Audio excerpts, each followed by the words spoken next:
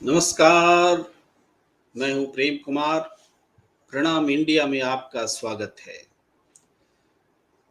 राहुल गांधी कह रहे हैं कि राजस्थान समेत पांचों राज्यों का चुनाव वो जीतेंगे और ये बात वो मिजोरम में कह रहे हैं। यानी बाकी सभी राज्य जा चुके हैं राहुल गांधी, और मिजोरम भी पहुंचने वाले बड़े नेताओं में, बड़े राष्ट्रीय दल का जहां तक सवाल है तो बड़े नेताओं में पहले हैं राहुल गांधी। उन्होंने वहां चुनाव का आगाज भी किया है। लेकिन इस बयान का महत्व खास तौर से राजस्थान के लिए है कि राजस्थान में राहुल गांधी कह रहे हैं कि चुनाव हम जीत रहे हैं। कुछ समय पहले की बात थी जब राहुल गांधी कह रहे थे कि हम छत्तीसगढ़ श्योर जीत रहे हैं, मध्य प्रदेश पक्का जीत रहे हैं, तेलंगाना में हम जीतने के करीब हैं, बल्कि जीतने जा रहे हैं। और राजस्थान में उन्होंने कहा था कि कांटे की टक्कर है और इस कांटे की टक्कर में कांग्रेस जीत सकती है। इसको लेकर अशोक गहलोत से बहुत सारे सवाल हुए थे कि खुद राहुल गांधी भी आपकी जीत पर विश्वास नहीं कर पा रहे हैं। तो अशोक गहलोत ने इसका जवाब थोड़ा एक राजनीतिक रूप से दिया था, राजनीतिज्ञ की तरह से, कि सचिन पायलट चाहते हैं कि हम और मेहनत करें ताकि जो कसर है वो पूरी हो जाए और कोई कसर बाकी न रहे और कांग्रेस की सत्ता में वापसी हो। इस पृष्ठभूमि में देखें तो राहुल गांधी ने ये बयान क्यों दिया, इस दौरान ऐसा ऐसे क्या बदलाव हुए कि जिससे राहुल गांधी को ये कॉन्फिडेंस आ गया कि वो राजस्थान भी जीत रहे हैं और बाकी प्रदेश भी जीत रहे हैं, पांचों प्रदेश जीत रहे हैं।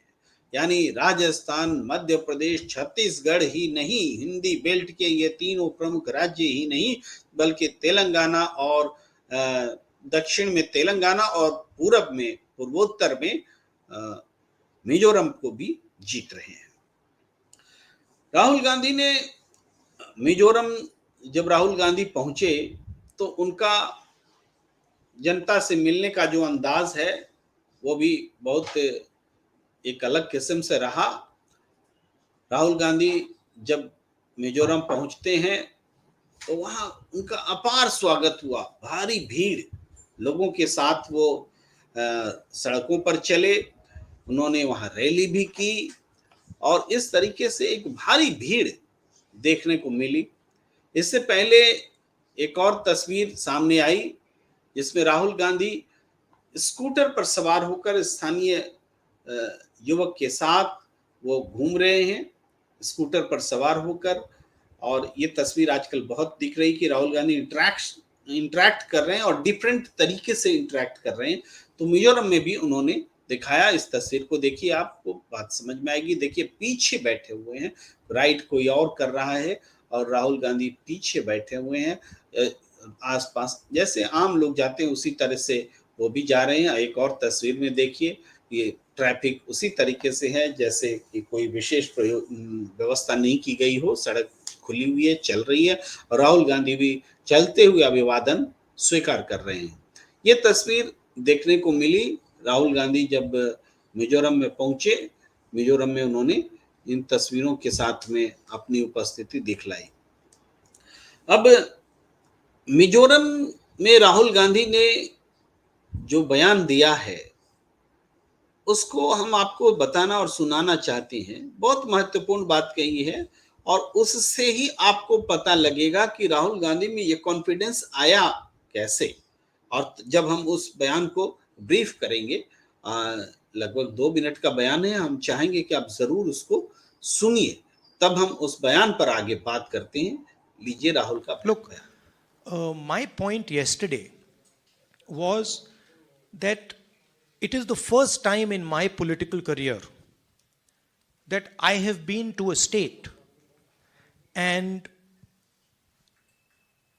literally, when I went from one area, from a Kuki area to a Meitei area, no cookies could come with me. And when I went from Meitei area to Kuki area, no Meiteis could come with me. So my point was that the politics of division and the politics of hatred has created a division in the state.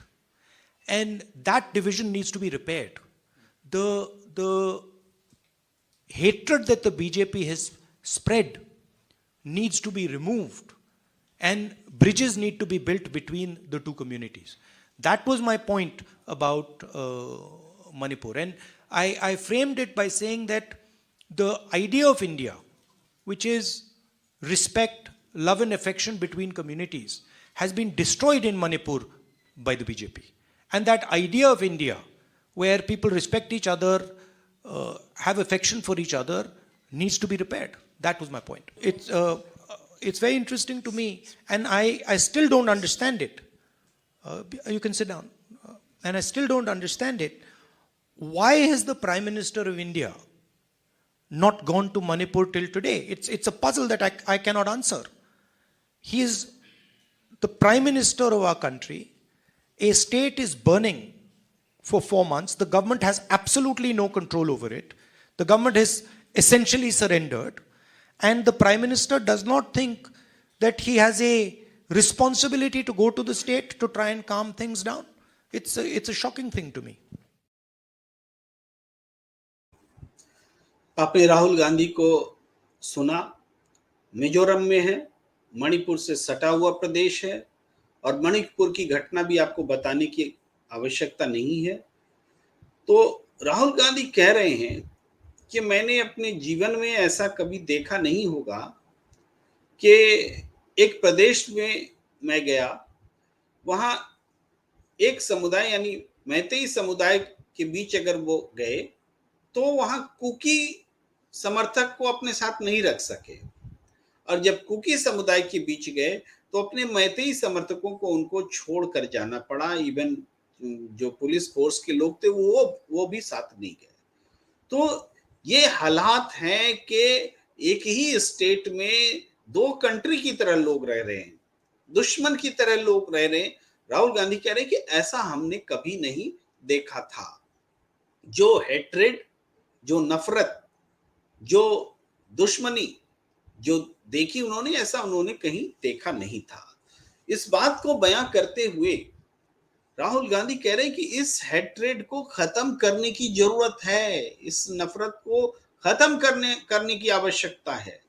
वो आश्चर्य करते हैं कि 4 महीनों से मणिपुर में हिंसा चल रही है, राज्य सरकार फेल है, नाकाम है। इसके बावजूद ऐसी कौन सी पहेली है ये, ऐसी कौन सी बात है कि प्रधानमंत्री नरेंद्र मोदी जी मणिपुर नहीं जा रहे हैं? बहुत एम्फेसिस करके, बहुत जोर देकर के राहुल गांधी पूछ रहे हैं कि आखिर कौन सी बात है कि आप मणिपुर नहीं जाएंगे। वो प्रकारांतर से ये भी सवाल उठा रहे हैं, बल्कि इस बाइट में नहीं है, लेकिन उन्होंने कहा है कि पत्रकार जो कि इजराइल और हमास कवर करने के लिए, बल्कि इजराइल को कवर करने के लिए इजराइल चले गए, सरकार के संरक्षण में गए, इजराइल के संरक्षण में वहां रिपोर्टिंग कर रहे हैं, युद्ध की रिपोर्टिंग।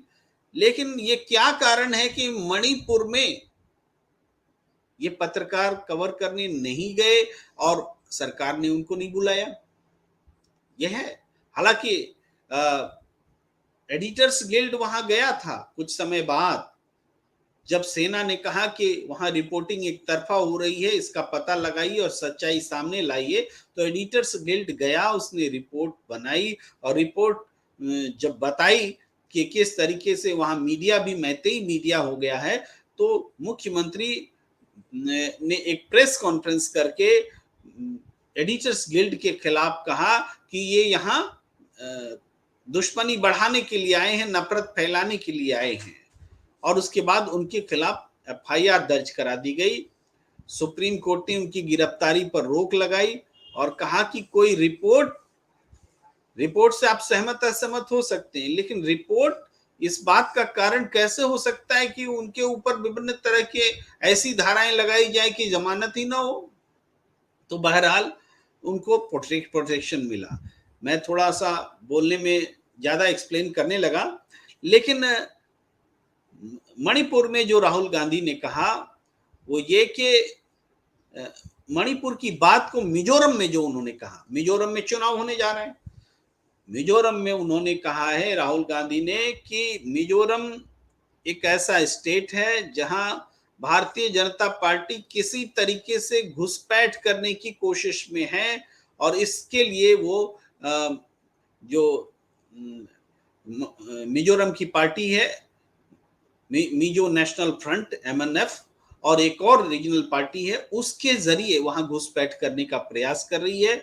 और अगर RSS और बीजेपी की घुसपैठ होती है तो एक बार फिर वो मणिपुर जैसे हालात बन जा सकते हैं। इसलिए राहुल गांधी ने कहा है कि घुसपैठ करने की इजाजत नहीं दी जाए। ये उनका पॉलिटिकल बयान हो सकता है, लेकिन राहुल गांधी को जो ये कॉन्फिडेंस आया है, मिजोरम में जिस तरीके का स्वागत राहुल गांधी को मिला, वो मिजोरम जहां कभी अलगाववाद की का आंदोलन चला करता था, वो लाल डेंगा जिन्होंने हथियार उठा लिए थे, विदेश में जाकर के यहाँ सशस्त्र संघर्ष किया करते थे, उनको कंट्रोल करने का काम कांग्रेस की सरकार ने किया था। और लास्ट टाइम राहुल गांधी 1986 में बतौर प्रधानमंत्री गए थे। उसके बाद से राहुल गांधी को मिजोरम की जनता ने अपने बीच पाकर प्रसन्नता जताई, और मणिपुर का इम्पैक्ट जो है मिजोरम में पड़ता है, और पूर्वोत्तर के लोगों में ये भावना घर कर गई है कि अल्पसंख्यकों के लिए, स्थानीय लोगों के लिए, ट्राइबल्स लोगों के लिए अगर कोई बोल सकता है तो वो यही व्यक्ति है, बाकी किसी ने तो नहीं बोला। ये फीलिंग जो पैदा हुई है उसका वो नज़ारा आपको वहां देखने को मिलता है। राहुल गांधी की सभा में एक झलक दिखाता हूं, अच्छी खासी भीड़ ट्राइबल्स मिजोरम के इस इलाके में आप देख सकते हैं, राहुल गांधी भाषण कर रहे हैं। तो ये कॉन्फिडेंस यहां से आया है। वो राहुल गांधी ने इस बात का भी जिक्र किया कि जो आप सर्वे देख रहे हैं, उन सर्वे से भी में भी ये झलक रहा है कि हर जगह कांग्रेस पार्टी की सरकार आ रही है। तो जाहिर है कि सर्वे का भी इम्पैक्ट राहुल गांधी पर रहा हो, और उनको लग रहा हो कि सारी स्थितियां अब अनुकूल हो रही। लेकिन राजस्थान के संदर्भ में अगर कहें, मैं आऊंगा तेलंगाना पर भी और फिर से मिजोरम पर भी, क्योंकि मणिपुर, क्योंकि छत्तीसगढ़ और मध्य प्रदेश में तो कमोबेश स्थिति साफ है, लेकिन राजस्थान में जहां राहुल गांधी को कुछ समय पहले लग रहा था कि यहाँ टाइट मुकाबला है और जीतने के लिए मशक्कत करनी पड़ेगी, वहां स्थितियां जो बदली हैं उसके कई कारण हैं। उसके कारणों में अगर जाएं तो राहुल गांधी ने भारतीय जनता पार्टी के खिलाफ एक मुद्दा बनाने में सफलता हासिल की है। वो मुद्दा चाहे जातीय जनगणना का हो, चाहे ओबीसी के को रिजर्वेशन देने का हो, महिलाओं के रिजर्वेशन में ओबीसी का सवाल हो, या फिर ओल्ड पेंशन स्कीम की बात हो, या फिर राजस्थान का बहुचर्चित जो हेल्थ केयर स्कीम है 25 लाख का बीमा, वो बात हो, या फिर छत्तीसगढ़ में जो किसानों के बीच के लिए चावल की कीमत, धान की कीमत जो समर्थन मूल्य 2500 रुपए करने की बात हो, और उसको एक वादे के तौर पर मध्य प्रदेश के घोषणा पत्र में आजमाया गया है, गेहूं का 2600 रुपए का मूल्य मिलेगा। इन मुद्दों को जो समर्थन मिला है, उस समर्थन से एक बड़ा कॉन्फिडेंस राहुल गांधी में बिल्डअप हुआ है। और इससे भी महत्वपूर्ण बात यह है कि राहुल गांधी को अपनी पार्टी में अशोक गहलोत और सचिन पायलट के एकजुट होकर चुनाव लड़ने का विश्वास लगभग खत्म हो रहा था कि पता नहीं ये लोग इतना समझाने के बाद भी मिलकर लड़ेंगे कि नहीं। अब वो पटरी पर आ गया है, यानी दोनों नेता अब एक दूसरे के खिलाफ बोलना बंद कर चुके हैं, एक दूसरे के साथ एकोमोडेट होकर के चुनाव लड़ने को तैयार हैं। दिल्ली में बैठ रहे हैं, बारंबार बैठ रहे हैं, जयपुर में भी बैठ रहे हैं। तो इससे एक उम्मीद जगी, विश्वास जगा और कि बाहर सैद्धांतिक आधार पर भी सही है, हम मुद्दे बनाने में भी कामयाब हैं, राजस्थान की सरकार की लोकप्रियता की लोक कल्याणकारी नीतियों को जनता के बीच रखने में कामयाब हैं और दूसरी तरफ भारतीय जनता पार्टी अपनी पार्टी को भी समेट नहीं पा रही है और बीजेपी वसुंधरा राजे को भी समेट नहीं पा रही है। लोग चुनाव लड़ने के लिए बेताब हैं। बीजेपी की तरफ से मध्य प्रदेश में केंद्रीय मंत्री और सांसदों को लड़ाना या राजस्थान में भी सांसदों को आजमाना, ये जो हुआ है ये बीजेपी की हताशा के तौर पर राहुल गांधी ने देखा हो या अपने लिए उम्मीद के तौर पर देखा हो, उन्होंने एक ओवरऑल माहौल को अपने अनुकूल पाया, उनका कॉन्फिडेंस बढ़ा। यही कारण है कि अब राहुल गांधी ये कह रहे हैं कि राजस्थान भी जीतेंगे और बाकी प्रदेश भी जीतेंगे। कांग्रेस की 5 राज्य में जीत होने वाली है। तेलंगाना में जो भारी भीड़ जुट रही है कांग्रेस के लिए, वहां जो दूसरी पार्टियों से कांग्रेस ने से चुनाव लड़ने के लिए लोग शामिल हो रहे हैं, होड़ कर रहे हैं, ये भी बताता है कि वहां की परिस्थितियां कैसे बदली हैं। तो तेलंगाना में भी उम्मीद है कि राहुल गांधी को उम्मीद है कि वो कांग्रेस की वापसी होगी। मैं अपनी उम्मीद मैं रखता भी नहीं हूं और मैं अपनी बात कहता भी नहीं हूं, राहुल गांधी की बात कह रहा हूं कि उनको उम्मीद है कि तेलंगाना में भी जीतेंगे। छत्तीसगढ़ में तो वापसी की 100% उम्मीद जता रहे हैं, मध्य प्रदेश में उम्मीद जता रहे हैं। तो इस तरीके से राहुल गांधी के कॉन्फिडेंस की जो वजह है, ये तमाम परिस्थितियां हैं और राहुल गांधी वाकई एक नए तेवर में, नए अवतार में अब राजनीति में मजबूत दखल देते हुए नजर आ रहे हैं। 2024 में वाकई एक बड़ी चुनौती वो बनेंगे, ऐसा लगता है। तो इस बातचीत में अगर इतना ही हम रखना चाहते हैं। अगर आपने हमारा यूट्यूब चैनल सब्सक्राइब नहीं किया है तो आपसे आग्रह है कि इसको सब्सक्राइब कर लीजिए, ताकि हमारे और आपके बीच जो संवाद का सिलसिला है आगे भी कायम रहे और सार्थक चर्चा हम जारी रख सकें। हमें दीजिए इजाजत। नमस्कार।